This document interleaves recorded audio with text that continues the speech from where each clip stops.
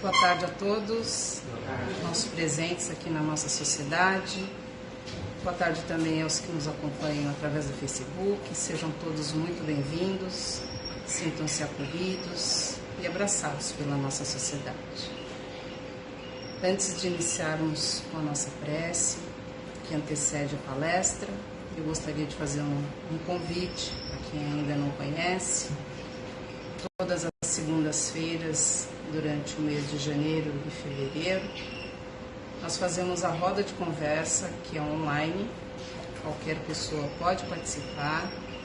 É só pedir o link ali no Facebook ou aqui mesmo na nossa recepção, deixar o número do celular.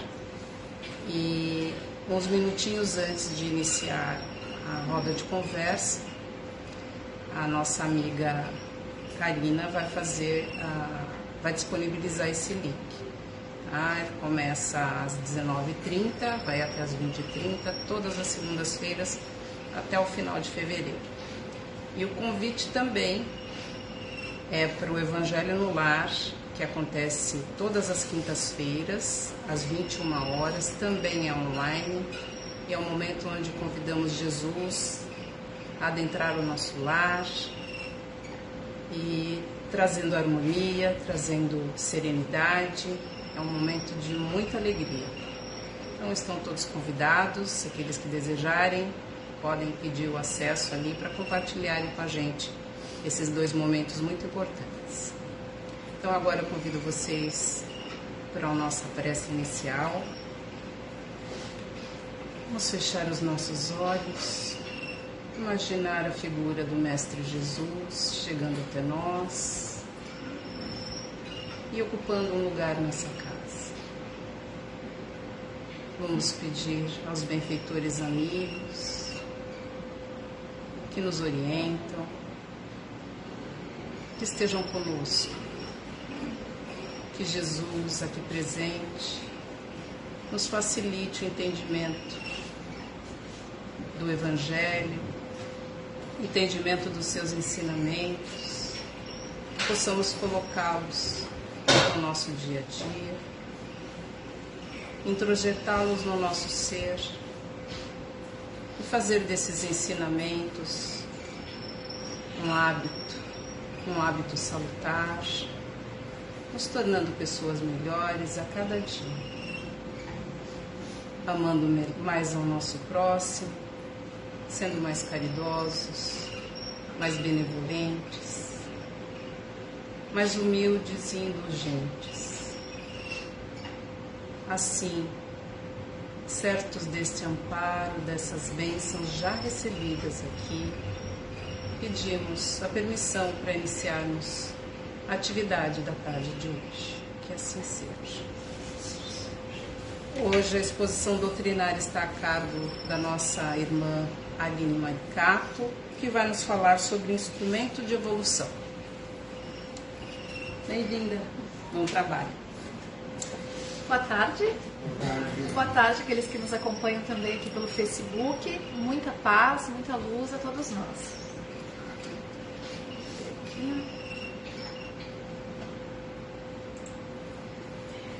O tema da nossa palestra hoje é sobre mediunidade, instrumento de evolução. Então nós vamos entender um pouquinho se a mediunidade ela é instrumento de evolução. Durante o mês de janeiro, essa casa está trabalhando, hoje é dia 26, ainda temos até o final da semana, que vai falar sobre o Livro dos Médiuns. Então nós estamos estudando o Livro dos Médiuns em todas as nossas exposições. Hoje vamos falar sobre o capítulo 19, então, do Livro dos Médiuns, e vamos entender um pouquinho sobre instrumento de evolução, a questão da mediunidade. E nós estamos estudando o Livro dos Médiuns. Normalmente nós fazemos reflexões com capítulos do Livro dos Espíritos ou do Evangelho segundo o Espiritismo.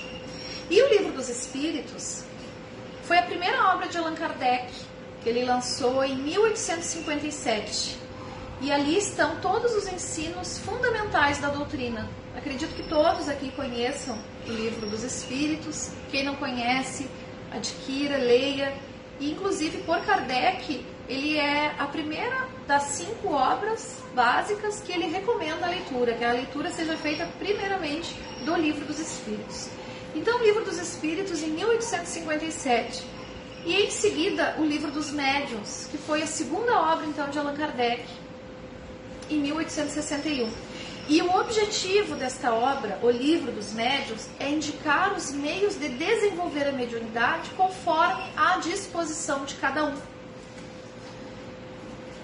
Porque a prática do espiritismo, a prática da mediunidade, ela está cercada de dificuldades, de inconvenientes, se a pessoa não faz ali um estudo sério e completo. Então essa obra está aí para nos auxiliar a estudarmos e a encararmos aí, praticarmos a mediunidade da melhor forma.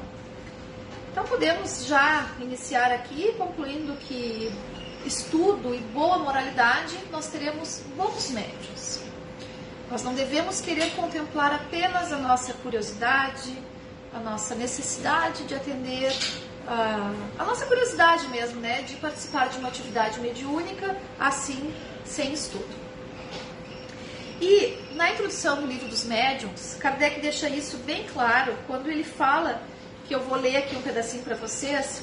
Ele diz assim, ó: um desejo bem natural entre as pessoas que se ocupam com o espiritismo é de poderem entrar elas mesmas em comunicação com os espíritos. É para aplainar-lhes o caminho que esta obra está destinada, em as fazendo aproveitar o fruto dos nossos longos e laboriosos estudos, porque fazer-se-ia uma ideia muito falsa, pensando que, para ser perito nesta matéria, basta colocar os dedos sobre uma mesa para fazê-la girar ou tomar um lápis para escrever. Então aqui Kardec já sinaliza a necessidade do estudo sério. E ele continua: enganar-se-ia igualmente quem cresce encontrar nesta obra uma receita universal e infalível para formar médiuns, conquanto cada um encerre em si mesmo o germe das qualidades necessárias para tornar-se médium. Essas qualidades não existem senão em graus muito diferentes, e seu desenvolvimento provém de causas que não dependem de ninguém fazê-las nascer à vontade. O objetivo é indicar os meios de desenvolver a faculdade medianímica, tanto quanto as disposições de cada um, e, sobretudo, dirigíveis ao emprego de maneira útil quando a faculdade existe. Quando se fala em mediunidade, a gente pensa na doutrina dos espíritos, né, no espiritismo. Mas a gente não pode esquecer que a mediunidade existia lá nos primórdios da humanidade. Então, ela não é algo que a doutrina espírita nos trouxe, né? A gente ouvia falar das bruxas, dos deuses, dos magos, né? Então, isso aí já existia. Essas pessoas que entravam em contato com o mundo espiritual eram médiuns, simples assim. Claro que quando Cristo veio ao planeta, ele trouxe a mediunidade com maior destaque, porque ela vem orientada daí da moralidade e da disciplina. E aí a doutrina espírita, então, decodifica essa questão da mediunidade e fala da importância da moralidade e da disciplina, conforme o exemplo de Jesus. Então, a doutrina espírita nos diz, nas suas obras básicas, e nós já entendemos, já compreendemos isto como espíritas, que todos nós temos mediunidade, em menor ou em maior grau. Então podemos afirmar que todos nós somos médiuns. E todos nós somos médiuns porque sentimos a influência dos outros espíritos. Espíritos desencarnados, espíritos encarnados. E os espíritos podem influenciar na nossa vida, nas nossas decisões, influenciam os nossos pensamentos. E nós captamos estas influências, captamos estes pensamentos conforme a nossa sintonia, conforme o nosso sentimento, conforme o nosso pensamento. Então nós somos médiums, porque captamos a todo instante estas vibrações. E nós trocamos essas vibrações de encarnado para encarnado, de desencarnado para encarnado e vice-versa. E tenho certeza que todos nós sentimos isso. Quando nós entramos num ambiente que julgamos assim, um ambiente agradável, de paz, nós sentimos o quê? Uma tranquilidade. Porque nós estamos sendo envolvidos por aqueles pensamentos, aqui na casa espírita, por exemplo, né? Em contrapartida, quando nós entramos num ambiente em que não nos sentimos bem, que é a maledicência, a fofoca, outros tipos de coisas que julgamos negativas, né, que são negativas, a gente vai sentir assim, um calafrio, um mal-estar. Isso é sentir a influência dos espíritos. É sentir os seus pensamentos, os seus sentimentos, e nós, quando estamos conectados com aquela vibração, captamos. Então, sim, todos somos médiuns, em menor ou em maior grau. Nem todos somos médiuns ostensivos, aqueles que escutam claramente os espíritos, que enxergam, né? Que têm facilidade de captar os seus pensamentos, os seus sentimentos e psicografam. Nem todos. Mas, em algum grau, sim, nós captamos essas vibrações. Então, conclusão. Somos espíritos imortais, no momento aqui encarnados, todos nós aqui estamos encarnados, mas aqui na casa espírita existem também dezenas de espíritos desencarnados, que da mesma forma vieram buscar o esclarecimento, vieram buscar o acolhimento e estão tão vivos quanto nós, sentindo, amando, pensando, só que sem corpo denso. Ou será que quando nós deixamos essa vestimenta densa, nós deixamos de pensar? Nós deixamos de amar? Só porque desencarnamos? Não, continua a mesma coisa.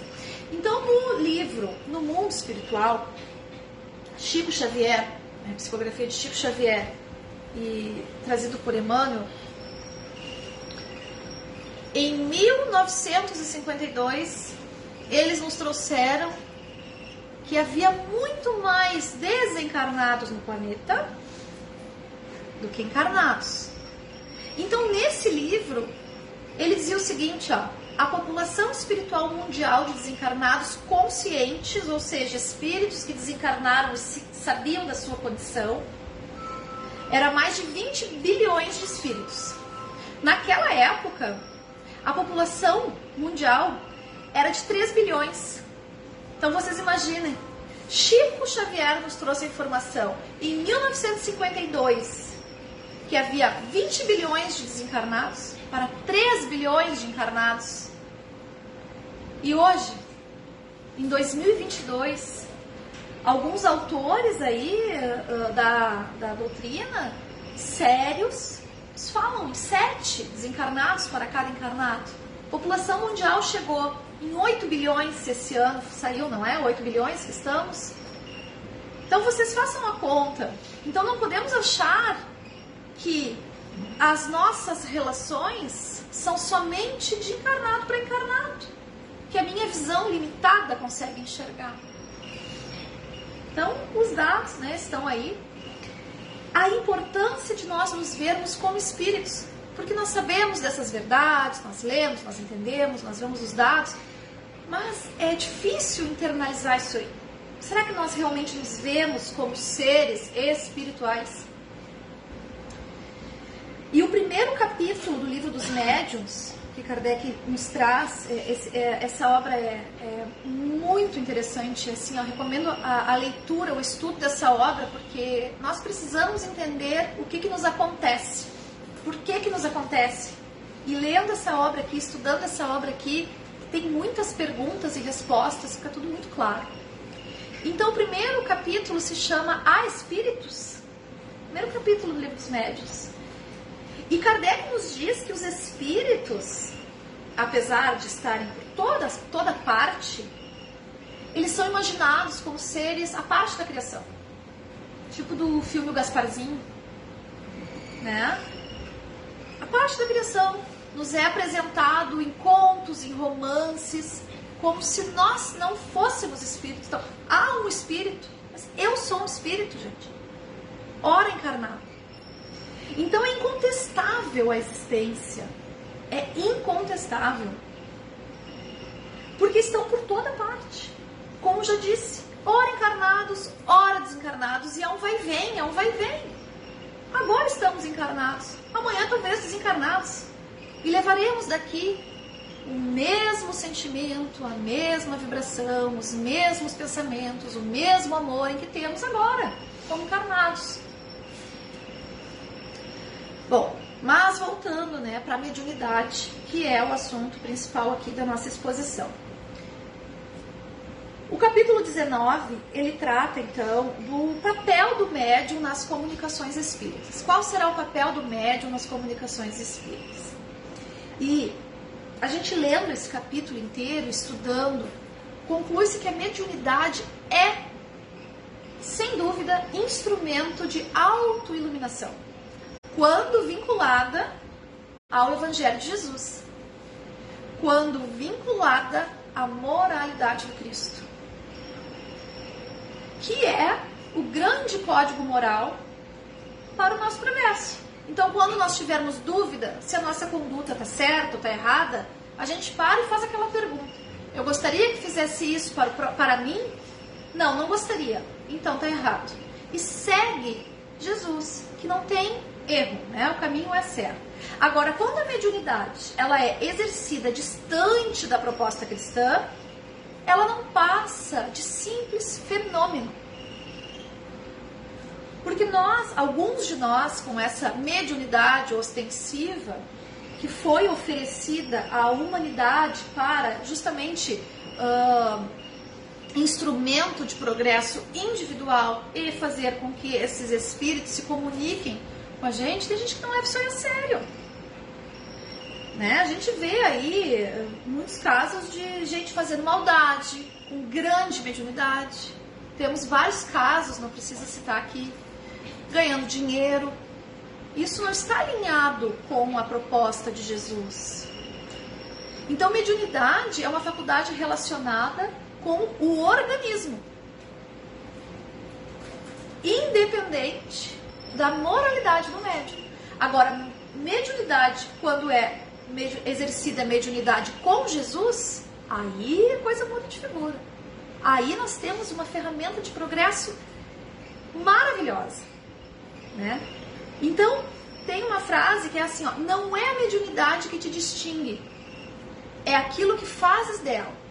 Porque tem gente também que tem a mediunidade ostensiva e usa isso aí como se fosse um troféu. Mas tá usando a mediunidade para o bem? Tá trabalhando ela com a moralidade do Cristo? Se não tá perdendo uma oportunidade, tá se comprometendo muito mais com essa santa oportunidade que Deus nos deu.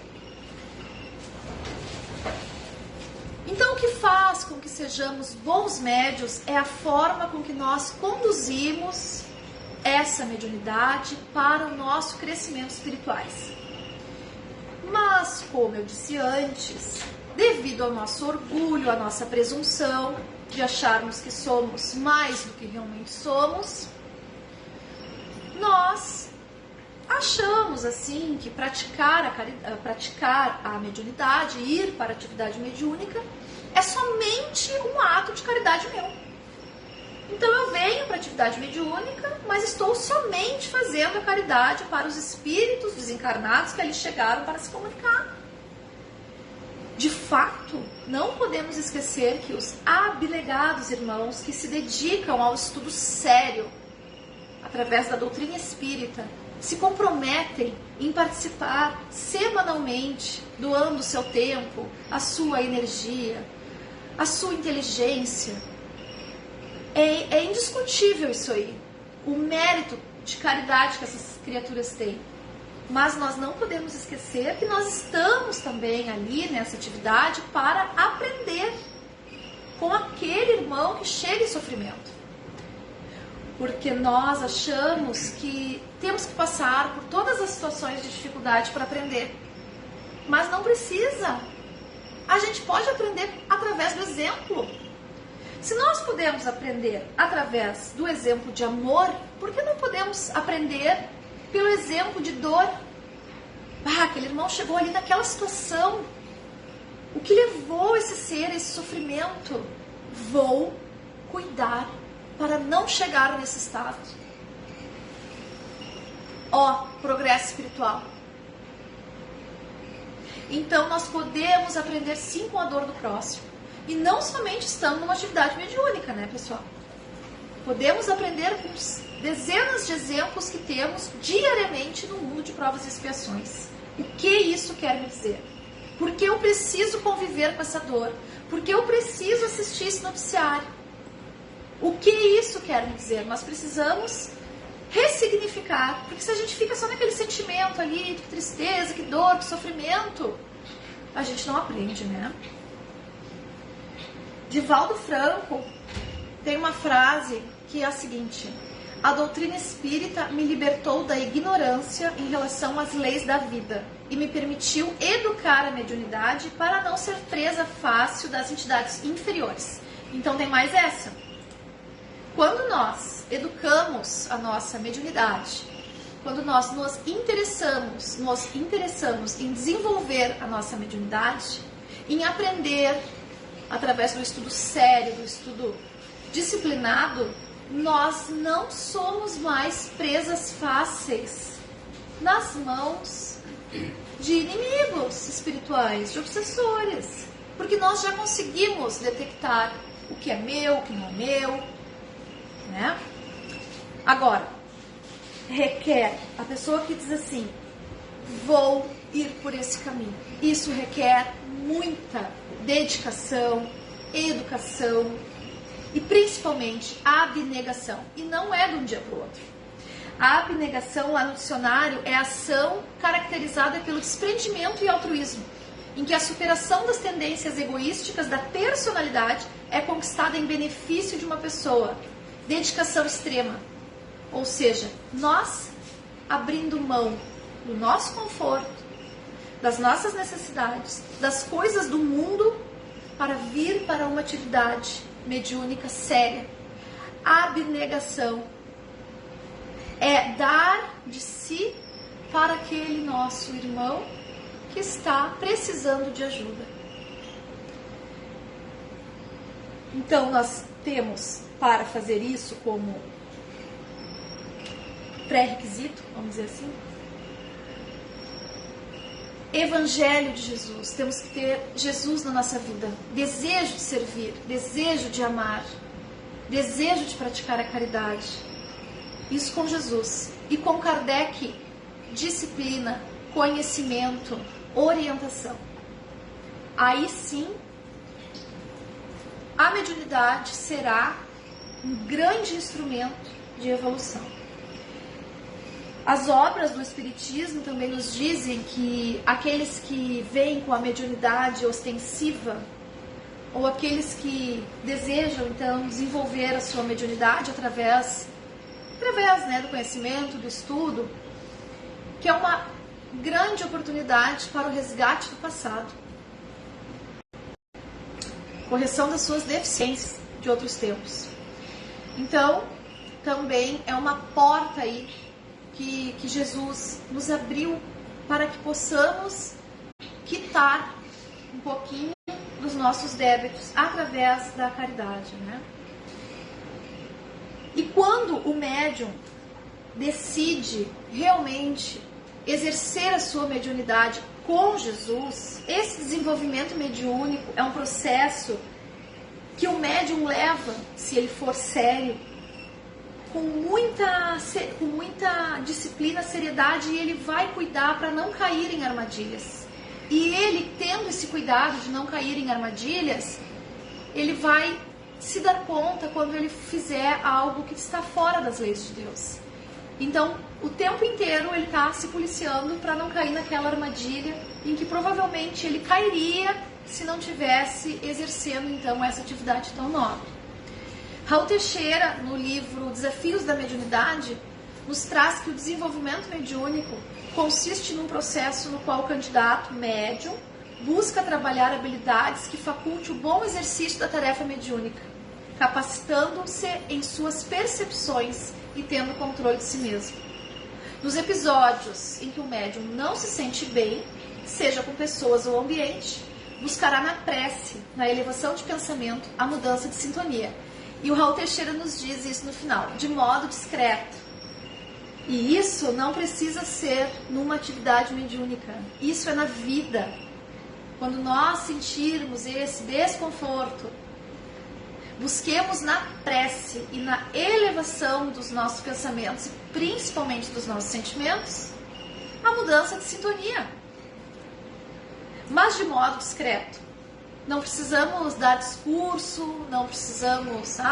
não, de modo discreto. Consegue se libertar então disso aí. E ainda no livro Mediunidade e Evolução.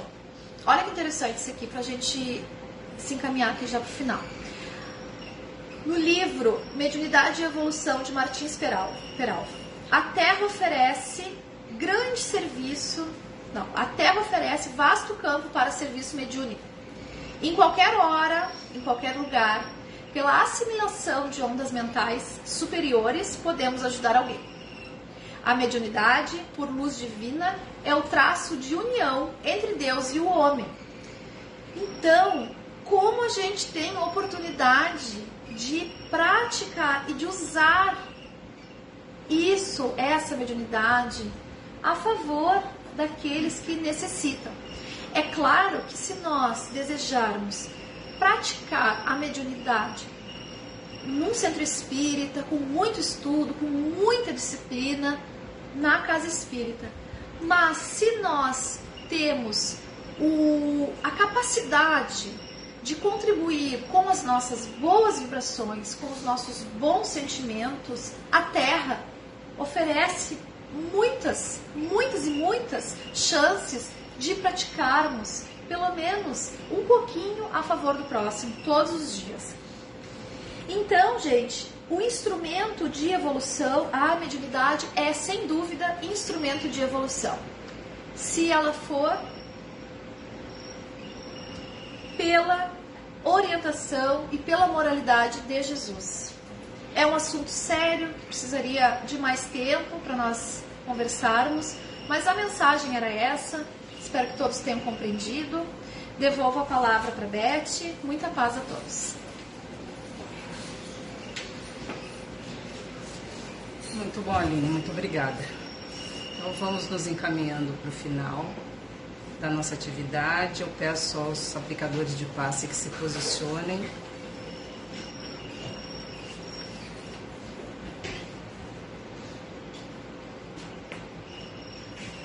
Então, ainda com o nosso coração asserenado,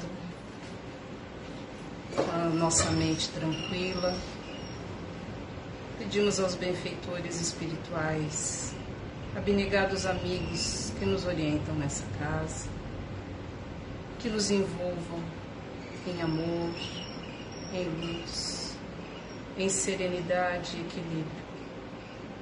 Que nosso corpo físico, nosso perispírito, sejam envolvidos nesse amor e que esse amor atinja cada célula do nosso corpo, nos equilibrando, elevando o nosso bom ânimo, nos fazendo nos sentir melhores. Que esses irmãos visitem o nosso lar, aos nossos amores que lá estão, e que eles também possam receber esse passe de amor, esses fluidos benéficos de refazimento. Que cada cômodo do nosso lar seja asepsiado e que lá seja colocado muita paz, serenidade e amor. Pedimos ainda a esses benfeitores que energizem as nossas águas porventura expostas, que todas sejam magnetizadas e que em cada copo exposto seja colocado o remédio necessário para cada um de nós. Assim, certos desse amparo e imensamente gratos, pedimos a finalização da atividade da tarde de hoje. Que assim seja. Muito obrigada a todos pela presença, pela participação, que todos possamos voltar aos nossos lares tranquilos e melhores do que quando aqui chegamos.